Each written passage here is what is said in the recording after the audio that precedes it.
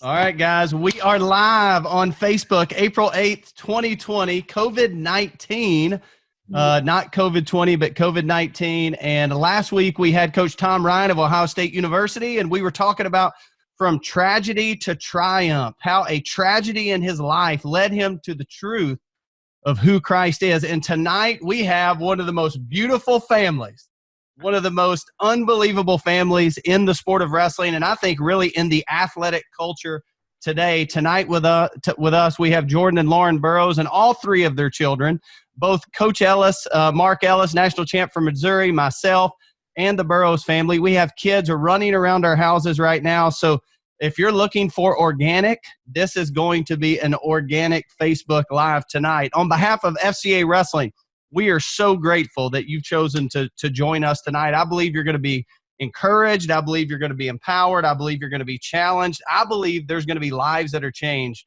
because of the stories that we hear tonight. We would love for you to visit our website at fcawrestling.org. We have all sorts of resources that are available as you're at home. We were talking about resources earlier, even for our children. What an opportunity for us, even as parents and athletes, as we're stuck in our home, to work on qualities rather than abilities during this time. There is always a way to get better if we want to find a way to get better. So, Jordan and Lauren, thanks so much for being here with us tonight. Pleasure. Thank you guys for having us. So, tell us a little bit about these last few weeks. I mean, tell us about the whirlwind. Oh my goodness, it's crazy. I think everybody's dealing with it though. Especially if you have kids. It's a big adjustment, but I mean, there's a lot going on outside the house too that I think we're all adjusting to emotionally, schedule-wise, the Olympics, just everything. Family, we're separated from family here, but I guess if they were down the road, it wouldn't look that much different. So it's been a trying time, but we're also kind of enjoying time inside the house too and time with family. Yeah, I mean, it's forcing us to evaluate and get creative in some ways we haven't been in our lifetime, and hopefully we probably never will be again. Mm-hmm. For sure. I feel, what's interesting is, for me, it's been a little bit of a struggle. Some days are a little bit better than others. If I'm just being absolutely candid, I think you start to realize all the things that you clung to and that you were attached to that were not necessarily meaningful. That you lose. So whether it's, being invested in the stock market, right? Training and having so much of your identity wrapped up in your occupation or your career, or, being a social butterfly and going out to visit friends and going to the coffee shop daily and and being, a jet setter and traveling a ton. And now that you have to settle down and really spend time with the people that are meaningful to you, you realize that it's a small amount of stuff that you actually truly care about. Good. But, it's hard to when you have it, truly appreciate it, right? Because you're almost forced into it. And so, like, you still would desire to do all these other things. You're like, man, this stinks. When is this going to be over?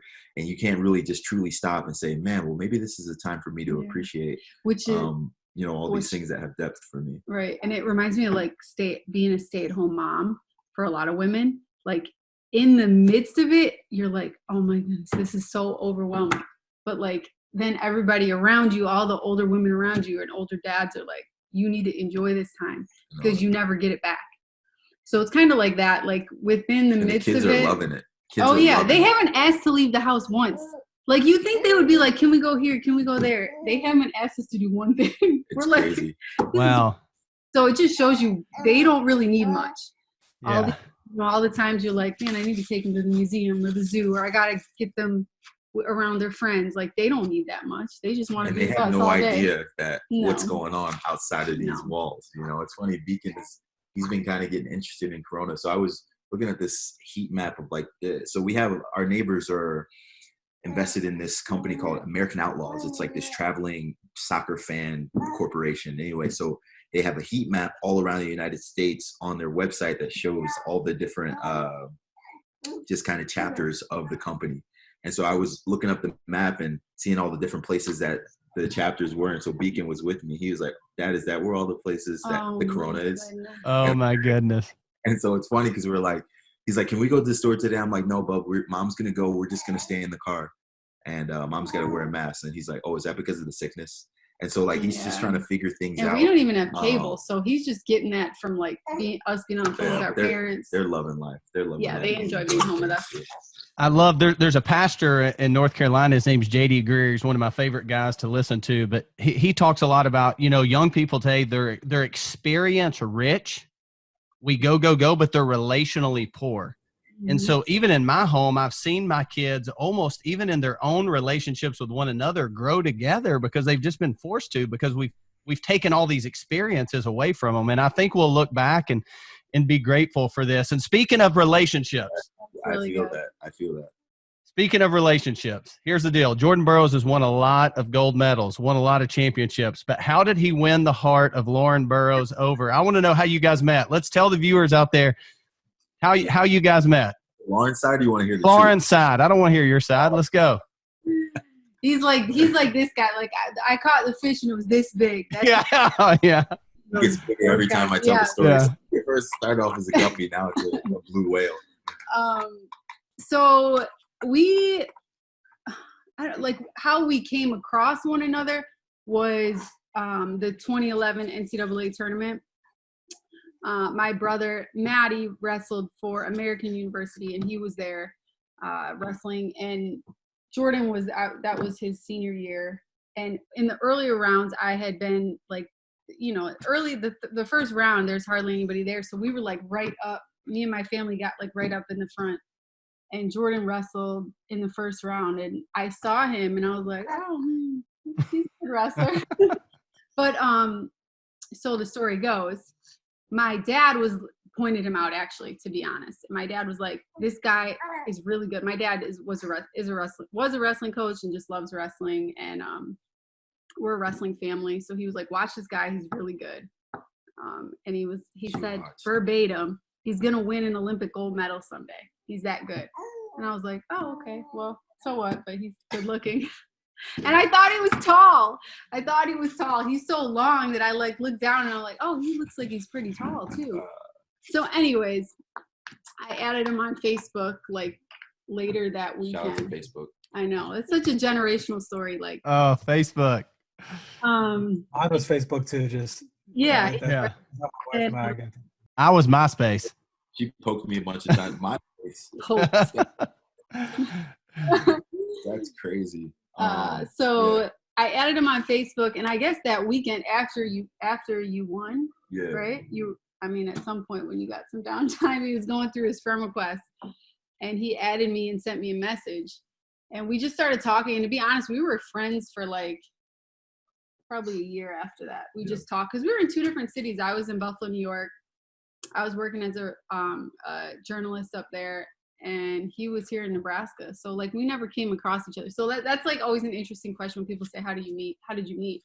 Because we didn't meet until about a year later. He did a camp up in Buffalo, and he messaged me and asked if I wanted to come out and meet him, and I went and met him. Said, yeah. And then I was like, "He's not tall." So he was deceiving you from the get-go. Right, yeah. She even liked me the first time we met. I didn't think she liked me at all. I was like, "Oh, guess I played it cool." She did play it cool. She played it cool. She was very even sending a Facebook friend request was like totally out of my wheelhouse. So, or like out of the things I normally did. So then, like when I met him, I was like, "Yeah, okay." Like we were just hanging out. And so your dad's prophecy came true. He wins an Olympic gold medal. Yeah. He ends up your husband. I mean, that's crazy. It's crazy to think. Your dad, one of the things he said, so Lauren has three brothers, all wrestled in college. One wrestled at American, another at Brockport and UB, University of Buffalo, and then another at Arizona State. And so during our wedding, he was giving a speech at the reception, and he was like, "Man, I always hoped one of my sons would be an Olympic gold medalist. I just didn't think it would happen this way." Right? And so it was really unique how it kind of all happened. They're all huge wrestling fans. And so every event that I compete at, they've been to the Olympics, Beat the Streets, Olympic trials, Pan It's a really fun dynamic.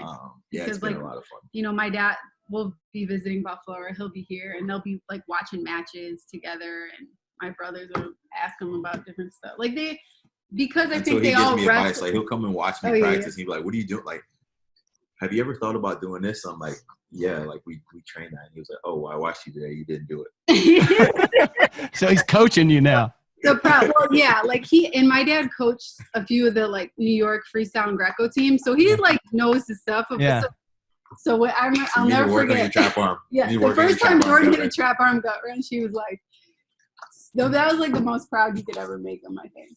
Yeah. Her dad wrestled Andre Mesker back in the day. Oh, wow. Yeah. That's awesome. But he won't talk about how it went. He won't tell us the score. He just told us he wrestled him, which I can kind of imagine. Yeah, it wasn't good. It wasn't good. So obviously, man, God had a plan for both of you. I mean, just the platform that he's given each of you and the way that you've utilized that in humility. But also you've taken advantage of the opportunity to share your faith and do those things. Jordan, tell us a little bit about like how you came to faith. I mean, you're coming off an NCAA championship, an Olympic gold medal, a world championship. I mean, life seems to be like, you're owning life, man. You're running life. Like, what more is there? Well, I think that's exactly it, is that I was trying to figure out what there was out there for me. And so at that point, I remember getting home from the Olympic Games, and after everything had settled down and, going on the media whirlwind tour and making all this money and doing these events and these appearances, three things were really happening for me. I met Lauren, and she was a tough cookie. She knew what she wanted. She knew how she wanted to be treated, so she demanded a lot from me. Number two, I automatically, after being a world and Olympic champion, became a face of USA Wrestling and an ambassador. And so I had to go through this grooming process in order to be the role model that people desired of me and that I really wanted to be. And then lastly, after achieving my ultimate goal of becoming an Olympic champion so quickly, like most people are pursuing this their entire lives. Like I was less than a year out of college when I won the Olympic gold. Yeah, you can finish that up. And so I was like, man, like this is it. I remember sitting in my living room back in my apartment that I lived in on my own back in 2012 after I got home. And I sat my medal on my kitchen counter and I was just like, what now? Like everything had settled down. People started talking about the NCAA season and the Olympics. It was over. All the banners had gone down. All of the sponsorships had dried up. And I was just sitting there like, man, now what do I do? And so I think from that point, I started to kind of seek what else was out there. I wanted to seek wise counsel. Like, what am I feeling? And how can I combat it? And then a few weeks later, I think it was October of 2012, that I got invited to an FCA wrestling camp out in Illinois.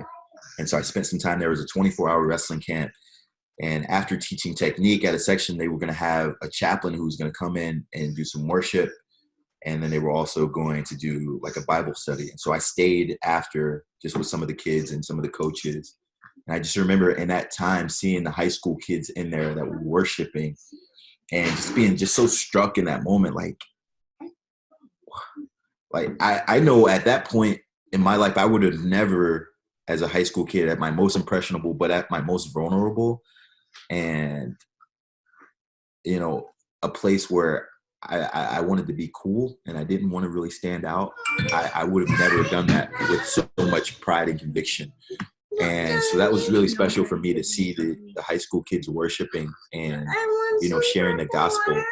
That was really special for me. And I'm like, damn, like I want to, what's he feeling? Like, I want to know what this kid is feeling like, because I'm supposed to be the man here. Like, I'm supposed to be the guy. I'm the guy that everyone is supposed to be worshiping and praising after doing what I've done. And they really inspired me to kind of seek something differently. And that was kind of the time where I started to embark on this journey and try to figure out what it was that they were feeling and how I could have a piece of it. I love it in Matthew chapter 10, verse 39, Jesus writes these words. He said, whoever finds his life, that which we think will ultimately satisfy. Yeah. Whoever finds his life will ultimately lose it. But whoever loses his life, whoever's willing to say, I can pursue this, but it's never going to satisfy fully. Whoever loses his life for my sake will actually find it. And it's funny, in the athletic world, we love that word it, Hey, well, Jordan Burroughs, man, he's got it. He's a total package. You know what I mean? You looked at Lauren Burroughs and said, man, total package. She looked at you and said, almost total package, a little bit shorter than I anticipated.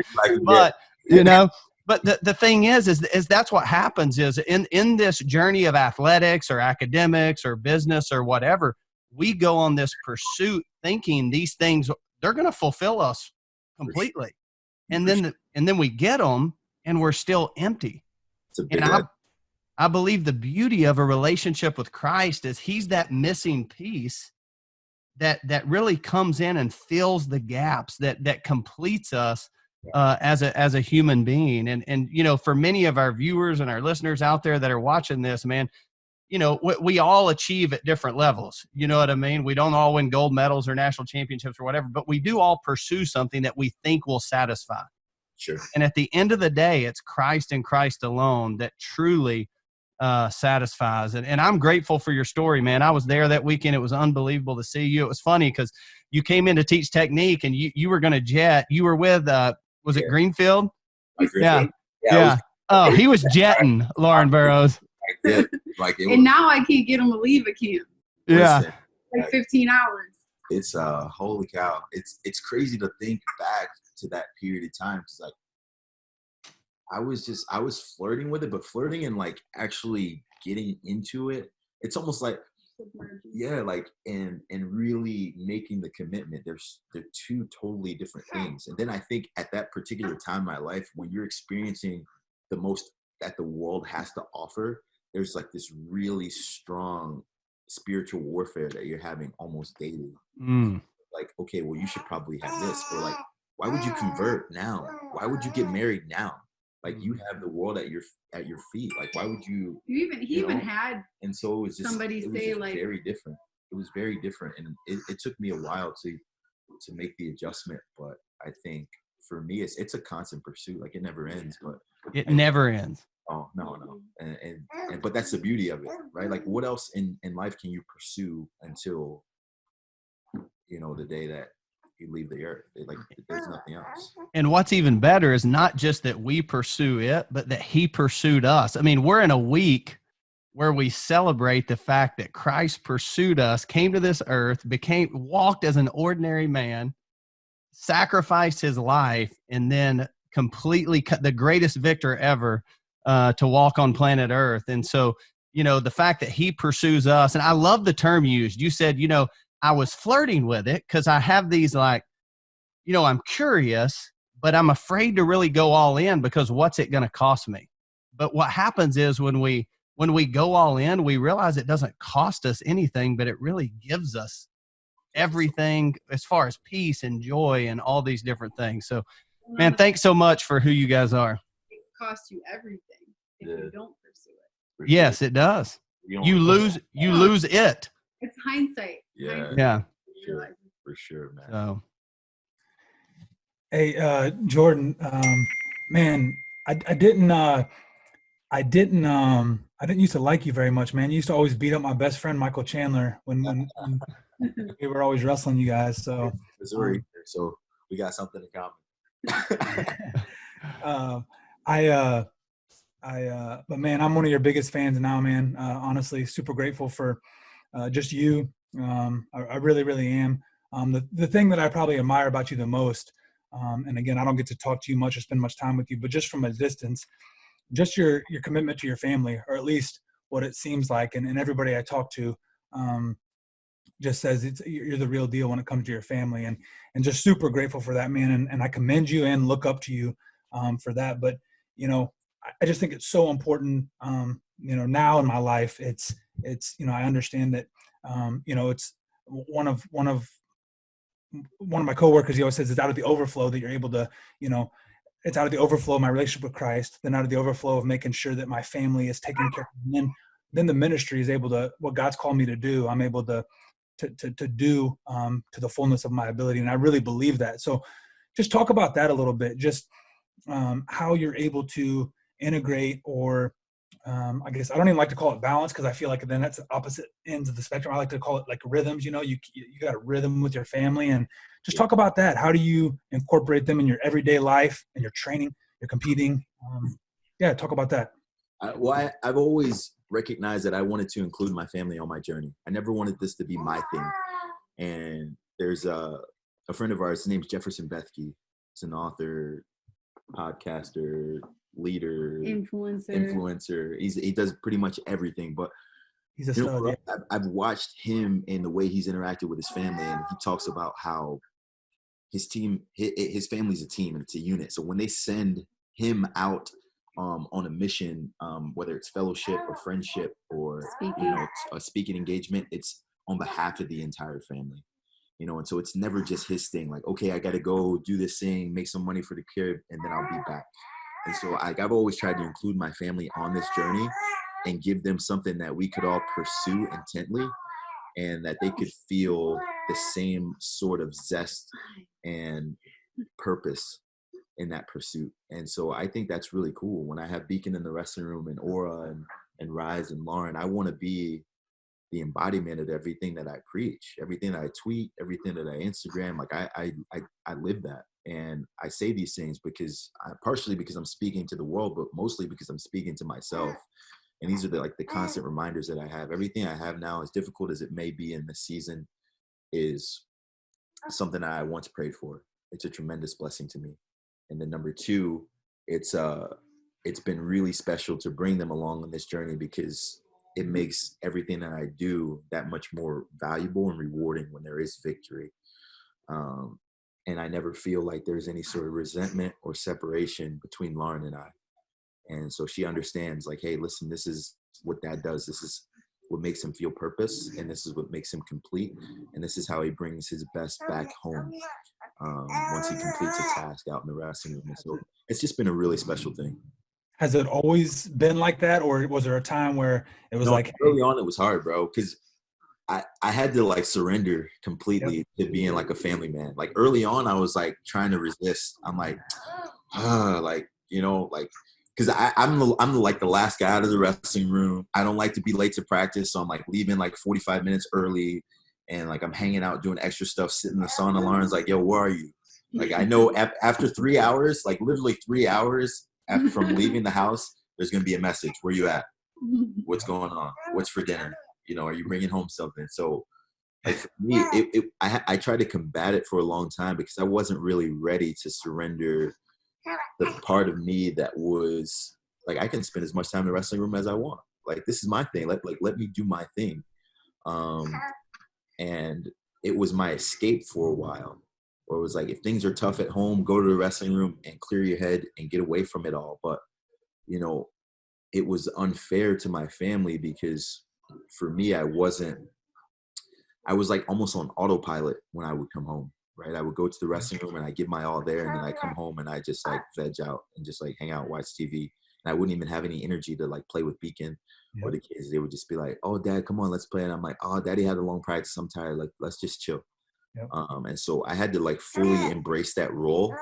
And once I started to surrender psychologically, it started to become easier for me, because I wasn't resisting, just bringing the family along for the ride. And so it's still difficult. There's some time periods where it's harder than others, but I think in totality it's been pretty cool, because now I want them there. I desire them to be there. And even though it might be a little bit of an extra struggle, I know that someday down the road I'll see the fruits of the long days that we've had together.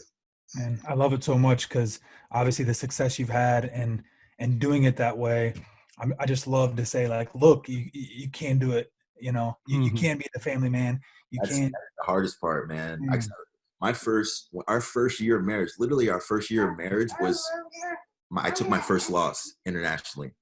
And then our first year of marriage was when I took bronze at the World Championships in 2014, the first time I didn't win the World Championship.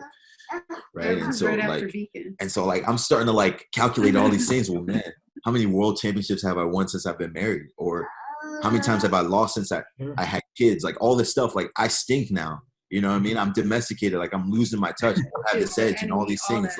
And so all this spiritual warfare, in my mind, I'm like, I've ruined my wrestling career. I got married too soon. It's too soon. Well, then Twitter will get on there too. So it starts to perpetuate. Oh, so true. I'm like, what am I doing? And so it was a battle for a while. It was a battle. It was a battle. I love hearing that, man. I'm gonna go straight into my next question. Hey, Mark. Let me Jordan, you used a word there, and you kept using this word surrender. Yep. And in the athletic world, especially the wrestling world, man, we are taught to never surrender. Yeah. I mean, you don't surrender to the guy you're wrestling because that's your opponent. But you kept using that word surrender, and it actually led you to victory in your family and your personal faith journey and those things. So I think one of the things that we want to communicate is that, listen, the reason we don't surrender to the guy that's towing the other line is that person is our opponent. But the reason we surrender to our family, the reason we surrender to Christ is because they're not our opponent, man. Dude, Christ is on our side, and he has chosen family to be the most unbelievable picture of what it looks like to love him. And so, man, I want from a guy who doesn't surrender very often, and I know that's hard for people like us. It's so like it's beautiful to see a guy like you use that terminology and to see the victory that you found in it in your family. Because Lauren, I know being a wife of an elite level athlete where the spotlight's always on them, and then half the time you're mad at them, but then you're mad at the people that are calling them out on Twitter, and you're in this spiritual warfare too, as though you don't know who you want to fight. Oh my goodness. Yeah. It's been awesome. a crazy journey, but I think early on, I think when you grow as a man and a husband, the desire to care for and protect your family grows with it. Yeah. And I think, early on when I was pregnant within 2 weeks of us getting married, and we had just moved. Well, I had just moved from Buffalo to Nebraska. So there was a lot of adjusting for the both of us, and for like the both of us as a married couple and as individuals. But then when we got married, I think, and we had Beacon, it was like you're a family man, you're a husband, but then you have another kid and you're like, you become more of like a unit in this team. And I think as he started to have this like strong desire and pride in protecting us, then it was like, okay, I feel better when you're with me on this trip than leaving you at home. Well, because you're trying to do two things at once, right? You're still trying to be this amazing wrestler. You're trying to do really well in the wrestling film and cling to this identity here. Yeah. But also you're still trying to be a family man here, but you don't want to intertwine the two, because you feel like, right, if you muddy the waters and you bring these two together, then you'll compromise both. But I think that we've kind of find the correct way to, and I think do the both of them. I think you realize when everything comes together, it only serves as motivation. And that's it's not all. It doesn't mean that every day we're gonna have the kids running around the practice room.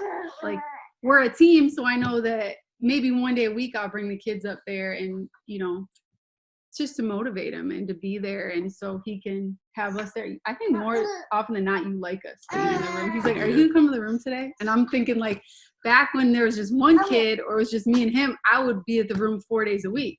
I'm like, I would love to be at the room every day, but now he's like begging me to go to the room because it doesn't happen as much. But I say that because I just think as you grow as a family man, you just have this strong desire to protect and keep us all together. And that's something that, sometimes we go to camps and we'll have like coaches come up to us like, this is really powerful for our kids to see. Man, I love it. We're doing this way. And then that makes everything easier that it took to get the kids in the car to the camp. Everything just makes sense then. And I think we're really proud of that aspect of our journey. I think awesome. It's more rare, I think, and so that's why I just love seeing that it works. And I love that you guys are putting it out there I think it just encourages people to make that a pillar in their life. This is for both of you guys. This is my next question. And, obviously one of the things I'm most passionate about in my life is, because it's made the biggest change in my life, is my relationship with the Lord and my time with him and making that commitment as well. So you've made the commitment, obviously, to family, but and this question is kind of broad, but I'd like to hear from both of you guys of what is something, and it could be, as simple as we go to church on Sunday, but I would just love to get, not your secret, but what do you guys do to grow in your faith? Do you guys do things together? Do you guys do things individually? What would you say is like, maybe the biggest thing that you guys do that maybe our listeners would just encourage them to maybe dig in and maybe put that into their daily routine? I think the biggest thing, I think your time with the Lord can change in every season of your life. I think it should. And right now, for us, the most investment and return comes with like nightly readings with our kids. And we like read from a kid's Bible. And I mean, I guess it's not like it's a pretty advanced kids Bible. Yeah, for sure. But every night it's just like getting us all together. I think it's usually for like 10 minutes, and we just read whatever that day's reading is. And, half the time the kids are like, we try to get them to sit and listen. If they take like one word from the reading, you're like, wow, that was great. Oh, they're crazy. But I think just for them to hear it, to have it, have that consistency every night. Like every year we have to get a new one. It's the same exact Bible, but we have to get a new one because it travels all around the country with us, and it's like ripped to shreds by December 31st. Like we need a new Bible. We call it the Orange Bible, and it's something that our church started us on. They just encourage all families to sit down and read it every night. And it's, like I said, it's advanced. It's probably like middle school, high school advanced, but we don't dumb it down for them.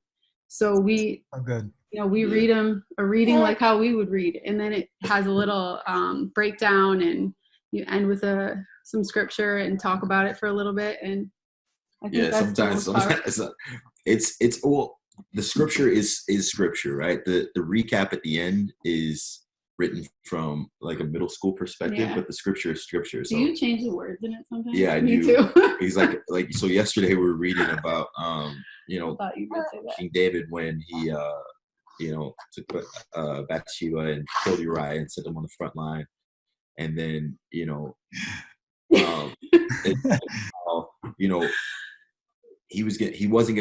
Lord wasn't gonna kill him, but he was going to have his wives taken in front of him.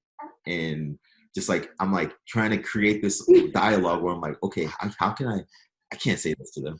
I'm like, I can't say this to them, but for us, like, I think we try to make it intentional to read every single night, and then to pray every meal, and to pray before bedtime. And I think we try to make it more about the people that we're around than about us, right? Yeah. And so it's like, okay, we understand what's going on. Who can we pray for today? Which one of your friends do you think could benefit from a prayer? Good, man. Kids invested as well. Like, okay, who wants to pray tonight? And I think that accountability for them has kind of helped them to grow. And that's just been really cool. For me, I think I've got to get up. I try to get up before the kids. If I don't get up before the kids and they wake me up, like my morning's like is shot. You know what I mean? Because like Beacon, if he wakes up before everyone else, everyone's got to get up. Like he can't just be up alone. He can't go downstairs, play with his toys, make a puzzle. He's got to wake everyone up. We've made some progress during quarantine, though. He made his own waffles the last 2 days. He did. He made his own. But so for me, I try to get up early, and I like to read.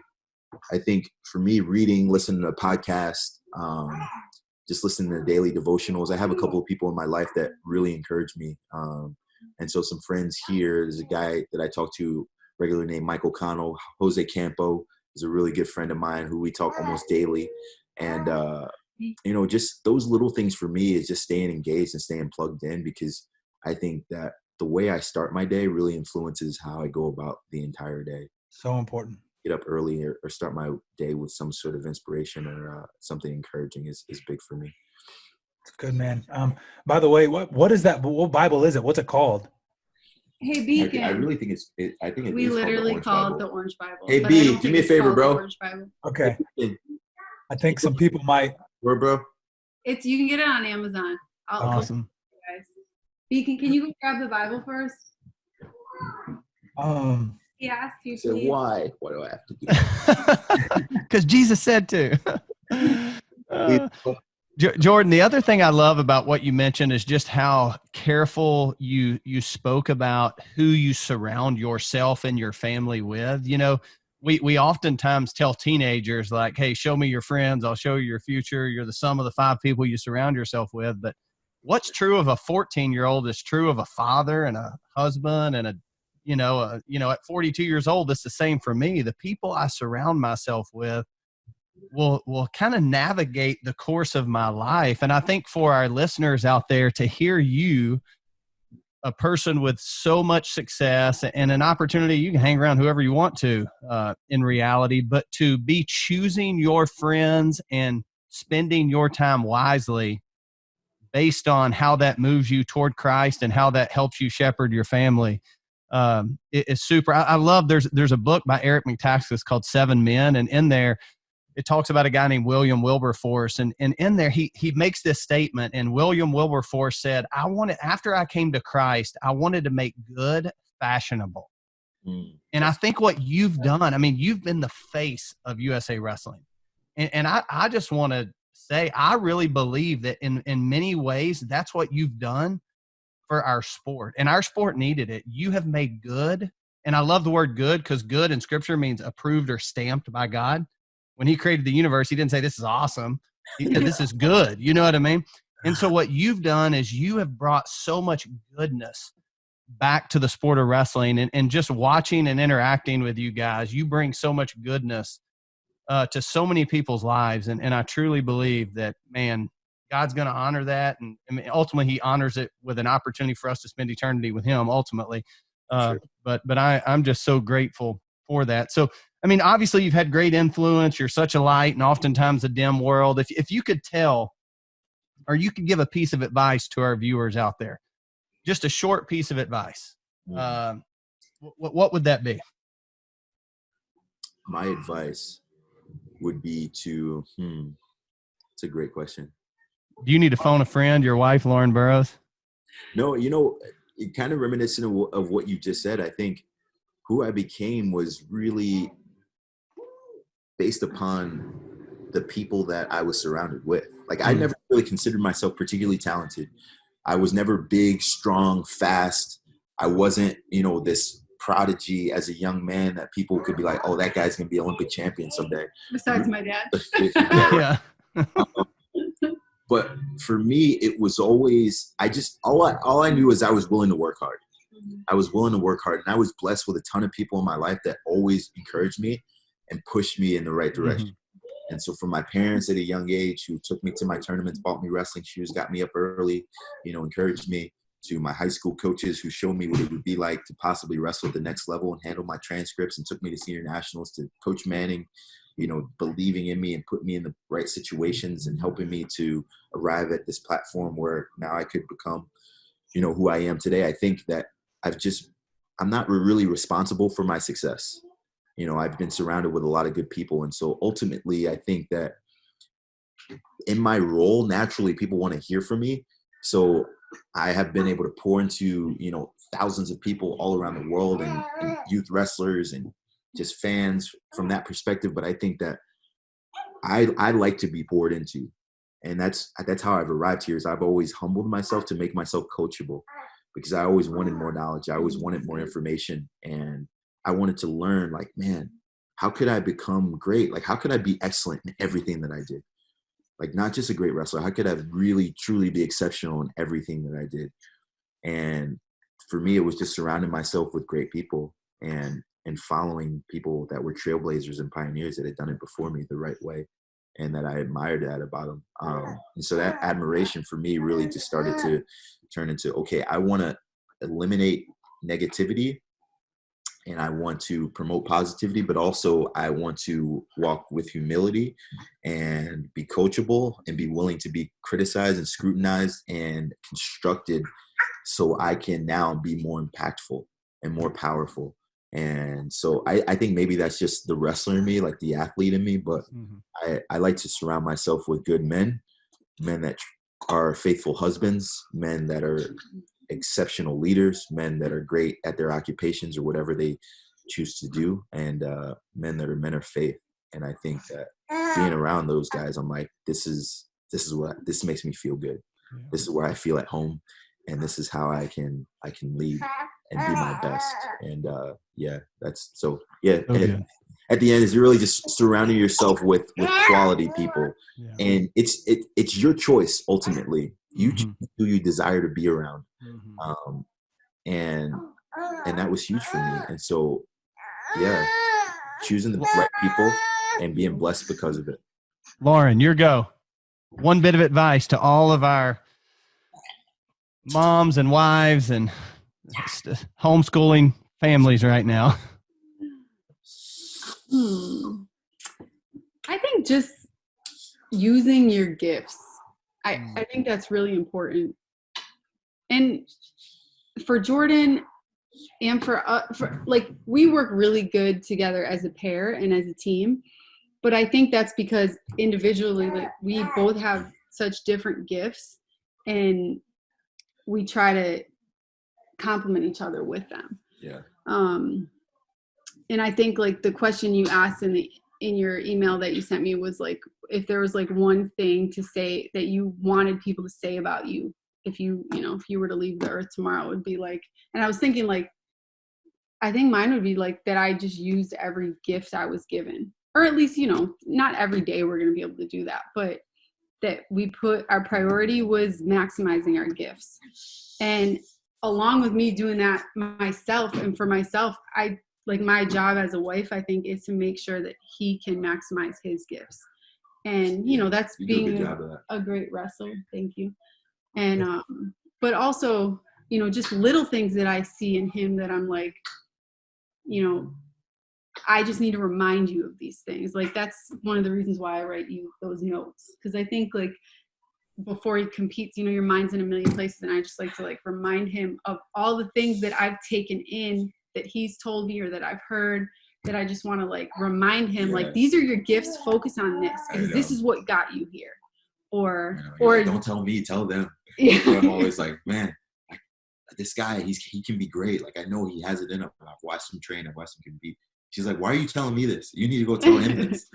And so she's always encouraging me that way. And sometimes, like, I'll tell him 10 times, but then someone else will tell him, and he's like, I'm sitting there, I don't get frustrated at him, but I'm just like, that's my job. Excuse me. Okay, in a minute. That's my job. And okay. And I make that a priority in our life, and especially on this wrestling journey. Like, this is my job. My job is to remind you of your gifts and to push you towards them. And vice versa. He does the same for me, but his role and his gift is just got a spotlight on it. So, I think that's a big priority for us. And so cool. Yeah, so that's awesome. Just to use the gifts that you've been given. No matter how small or how big you think your gift is, it's purposeful and it has a place. Man, it's so cool to see each of you call out greatness in one another, man. For sure. I mean, it's honestly, like, inspiring. It's encouraged me tonight. So, Mark, final question here. Yeah. So Lauren, you kind of just answered it. I'd love to hear. I wanted to ask both of you guys that question, though. I listened to. There's a podcast I listened to, and my favorite part of it is I can't wait till the end to hear what the answer is. And it's when you leave, he says on your tombstone, but what are people going to say about you? What do you want it to say? When you leave the earth, what do you want people to say about you? Or what do you want written on your tombstone? And it's a really short answer, but I go to bed thinking about that, often, like, man, what do I want to, I also read a book called Living Forward, and kind of like you start from the end and you live your life that way. And it just constantly, I'm playing that in my mind all the time. What do you want to be said about you? So, and you kind of answered that, but Jordan, what about you? Oh man, that's a good question now, right? Because you try not to think about it as like the athlete, right? It's like, I want to be known as like this ultimate competitor, like this ultimate warrior. But I think,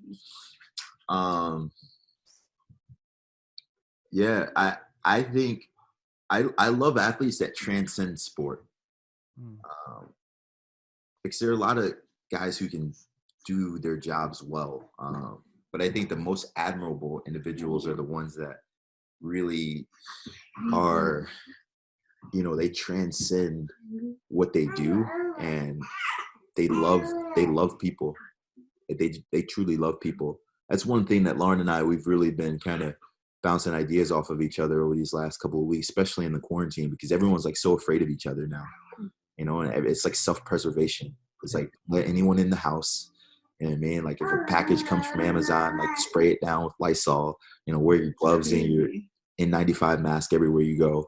And so I'm just thinking like, man, well, how can we love people and love on people in this process without being afraid of them? Wow. Like people need us, but we may be missing out on blessing someone because we're so afraid of them, because we're trying to preserve our own lives and our own sanity here.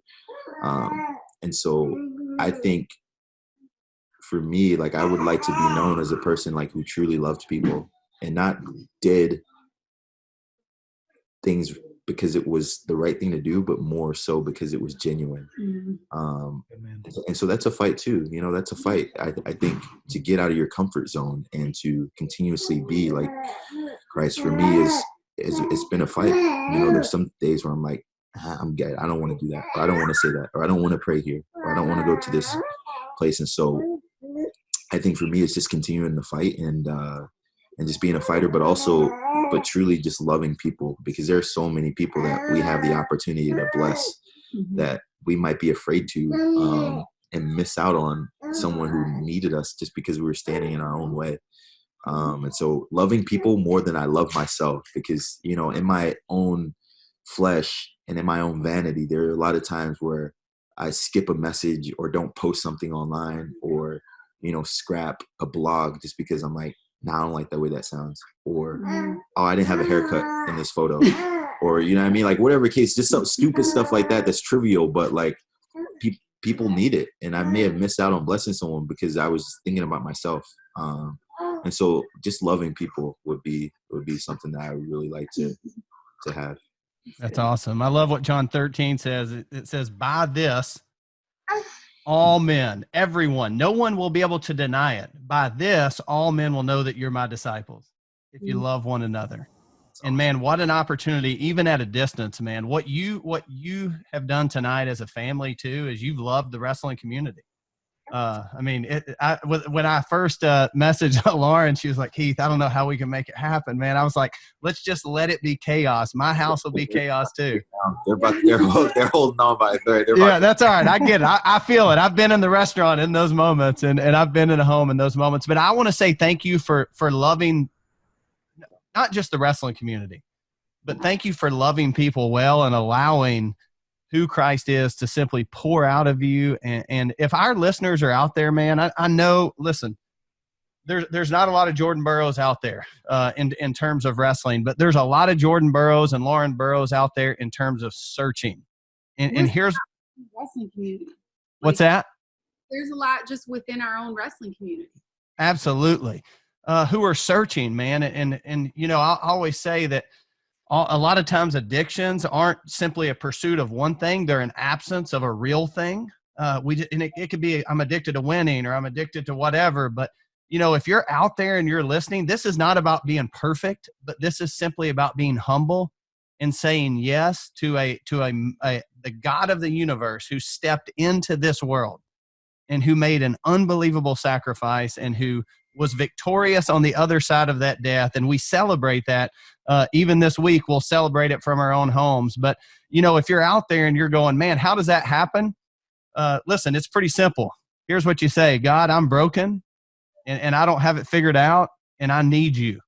And I truly 100% believe. For me, it was April 1995 in Panama City Beach, Florida, with everything the world said could make you happy and completely empty, still searching. And it was at that moment that I said yes to Christ and said, God, whatever you want to do with me, from the top of my head, which had a little more hair on it then, to the bottom of my feet, use me in whatever way you see fit. I put my yes on the table and I fully surrendered. So, man, if our viewers are out there and you say, man, I need to begin that journey, then it's that simple. Man, we would love to get you a Bible. You can email me, M. Ellis, C. Perry, any of our staff. A lot of them are making comments online, but we would love to get you a Bible. We also have, man, if you made a decision tonight, you said, man, I want to pursue Christ. I want to go all in. You can text this number. All right. So you're going to text 46322. So you're going to text the number 46322, and then in the subject, you're going to put FCA 1474. So you're going to text the number 46322, and then in the subject, you're going to put FCA 1474, and it's going to ask you some questions, and we are going to immediately put resources in your hands so that you can begin the journey, because it's not just about saying yes to Christ one day. It's about saying yes to Christ daily and pursuing him. And here's what I love. The thief may come to steal, kill, and destroy, but the reason Christ came is so that we could have life and life to the fullest. And it's not that our lives are going to be easy, but when I look at the Burroughs family, even this picture on this little Zoom Facebook Live, when I see this, here's what I see, Jordan and Lauren. I see fullness.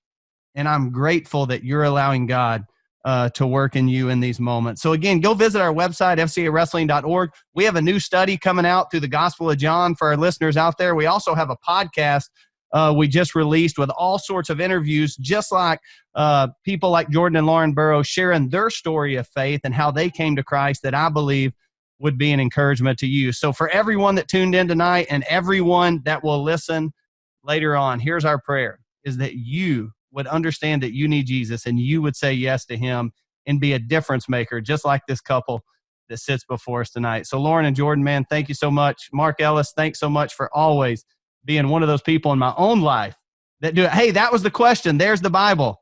It's the 1 year Bible for kids. This has been January, and look, we made it so far. Nice. It'll look a whole lot different in December, but you can get it on Amazon. Awesome. Guys, thank you so much for being who you are and for sharing with us tonight. We look forward to seeing all that you're going to do. The things may be delayed, but they're not done, and we are pulling for you, my man, and we're pulling for you guys. Thanks so much. Love you guys. Have a good night. Love you too.